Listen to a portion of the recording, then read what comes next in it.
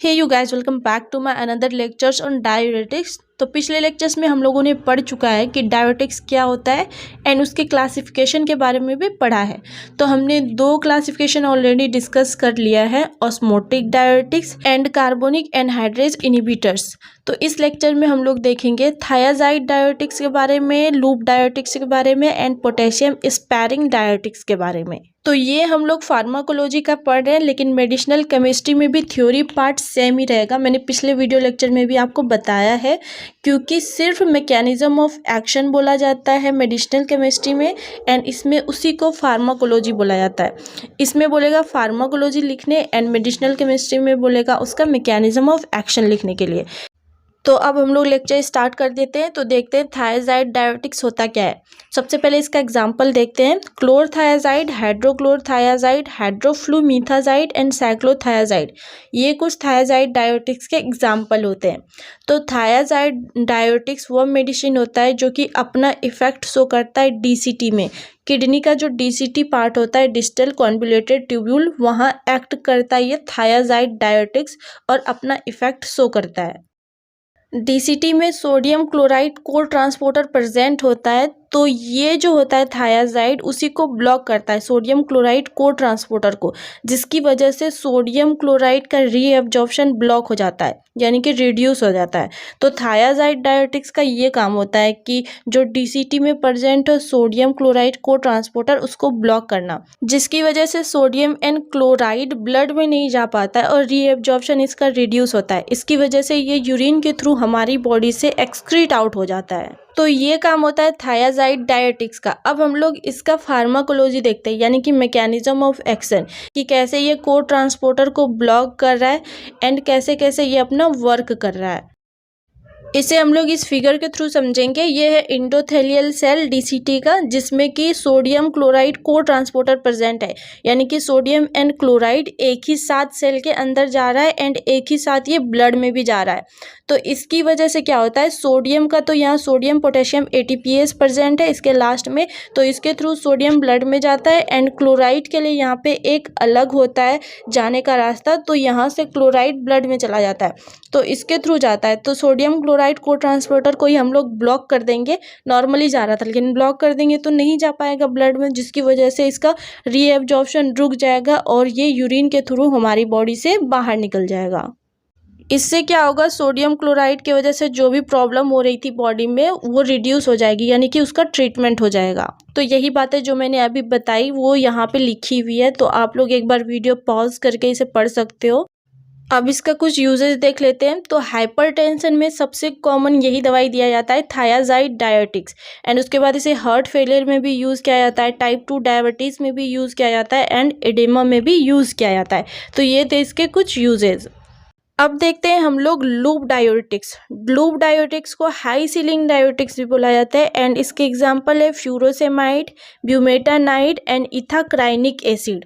और ये जो एक्ट करता है वो किडनी के ascending limb of loop of Henley पे एक्ट करता है। अगर स्ट्रक्चर में याद दिए तो मैं दिखा देती हूँ। तो ये है किडनी का ascending limb of loop of Henley, तो यहाँ एक्ट करता है लूप डायूरेटिक्स। तो असेंडिंग लिम्ब के सेल में पाया जाता है सोडियम पोटेशियम क्लोराइड को ट्रांसपोर्टर, जिसकी वजह से सोडियम एंड क्लोराइड ब्लड में जाता है एंड पोटेशियम ब्लड से सेल के अंदर आता है। तो ये को ट्रांसपोर्टर प्रेजेंट होता है, तो इसी को इनहिबिट कर देता है लूप डायूरेटिक्स, जिसकी वजह से सोडियम एंड क्लोराइड ब्लड में नहीं जा पाता है और इसका रीअब्जॉर्प्शन कम हो जाता है। तो इसका ब्लड में रीअब्जॉर्प्शन नहीं हो पाता है, तो इसकी वजह से ये हमारे यूरिन के थ्रू हमारे बॉडी से बाहर निकल जाता है।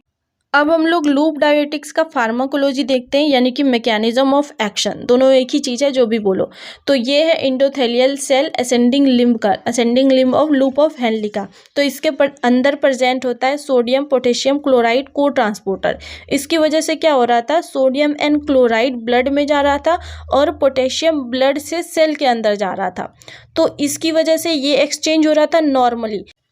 और इसी time normally magnesium and calcium भी ब्लड के अंदर जा रहा था, लेकिन loop diuretic sodium potassium chloride को ट्रांसपोर्टर को ही ब्लॉक कर देगा। इसकी वजह से सोडियम क्लोराइड ब्लड में नहीं जा पाएगा, मैग्नीशियम कैल्शियम भी ब्लड में नहीं जा पाएगा। तो इसकी वजह से जो भी प्रॉब्लम हो रहा था उसका ट्रीटमेंट हो जाता है इसको ब्लॉक करने की वजह से। तो ये हमारी बॉडी से एक्सक्रीट आउट हो जाएगा, sodium chloride magnesium and calcium. तो मैंने जो भी बताया वही थ्योरी पार्ट यहाँ पे लिखा हुआ है, आप लोग एक बार वीडियो पॉज करके पूरा पढ़ लेना तो समझ में आ जाएगा, टोटल वही है। अब हम लोग इसके कुछ यूजेस के बारे में देख लेते हैं। इसको एक्यूट पल्मोनरी एडेमा में यूज़ किया जाता है, यानी कि लंग्स के अंदर जब वाटर रिटेंशन होगा तो उसको ट्रीट करने के लिए यूज़ करेंगे। हाइपरटेंशन में यूज़ करेंगे, कंजेस्टिव हार्ट फेलियर में यूज़ करेंगे, एंड हाइपरकैल्शियमिया एंड हाइपरकैलेमिया होगा तो उस टाइम भी इसको यूज़ करेंगे। अब हम लोग लास्ट क्लासिफिकेशन देखते हैं, पोटेशियम स्पैरिंग डायरेटिक्स। नाम से क्लियर होना चाहिए, यहाँ स्पैरिंग मतलब छोड़ के, और पोटेशियम तो पोटेशियम को छोड़ के जो डायरेटिक्स एक्टिविटी शो करेगा उसी को पोटेशियम स्पैरिंग डायरेटिक्स बोलेंगे। तो ये अपना इफेक्ट शो करता है कलेक्टिंग डक्ट में, नेफ्रॉन का कलेक्टिंग डक्ट में अपना इफेक्ट शो करेगा और सोडियम के रीएब्जॉर्प्शन को प्रिवेंट करेगा, जिसकी वजह से सोडियम ब्लड में नहीं जा पाएगा और ये यूरिन के थ्रू एक्सक्रीट आउट हो जाएगा। लेकिन इस कंडीशन में पोटेशियम कभी भी यूरिन के थ्रू एक्सक्रीट आउट हमारी बॉडी से नहीं होगा।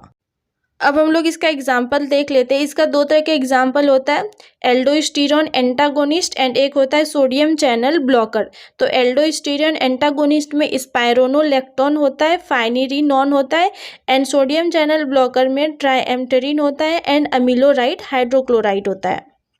अब हम लोग देखते हैं इसका pharmacology and mechanism of action.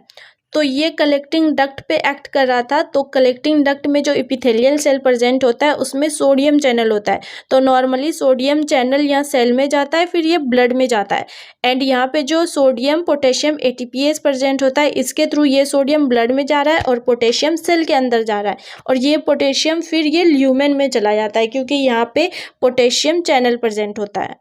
तो जब हम पोटेशियम स्पैरिंग डायरेटिक्स देंगे तो ये सोडियम चैनल को ब्लॉक कर देगा और यहाँ पे जो सोडियम पोटेशियम एटीपीएस है ये भी ब्लॉक हो जाएगा। इसकी वजह से सोडियम ब्लड में नहीं जा पाएगा और पोटेशियम ब्लड से सेल के अंदर नहीं आ पाएगा। तो सोडियम जो होगा हमारी बॉडी से एक्सक्रीट आउट हो जाएगा।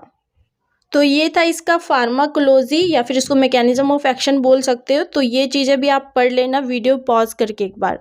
अगर इसकी हम यूज़ की बात करें तो इसे कॉम्बिनेशन में भी यूज़ किया जाता है एंड इसे सिंगल भी दे सकते हैं, जैसे कि एडिमा के ट्रीटमेंट के लिए, हाइपरटेंशन के ट्रीटमेंट के लिए ट्राइएम्पटेरिन का यूज़ करेंगे, लेकिन अमीलोराइड को कॉम्बिनेशन में यूज़ करेंगे हाइपरटेंशन एंड हार्ट फेलियर को ट्रीट करने के लिए, एंड अमीलोराइड का यूज़ किया जाता है सिरोसिस में भी। तो ये थे पोटेशियम स्पैरिंग डायरेटिक्स के कुछ यूजेस। तो यहाँ पे हमारा डायरेटिक्स होता है कंप्लीट। पिछले लेक्चर्स को अगर आपने नहीं देखा है जिसमें मैंने डायरेटिक्स के बारे में बताया है, उसके क्लासिफिकेशन को बताया है, एंड मैंने ऑस्मोटिक डायरेटिक्स भी बता दिया है, उसमें कार्बोनिक एनहाइड्रेस इनहिबिटर भी अच्छे से बताया है।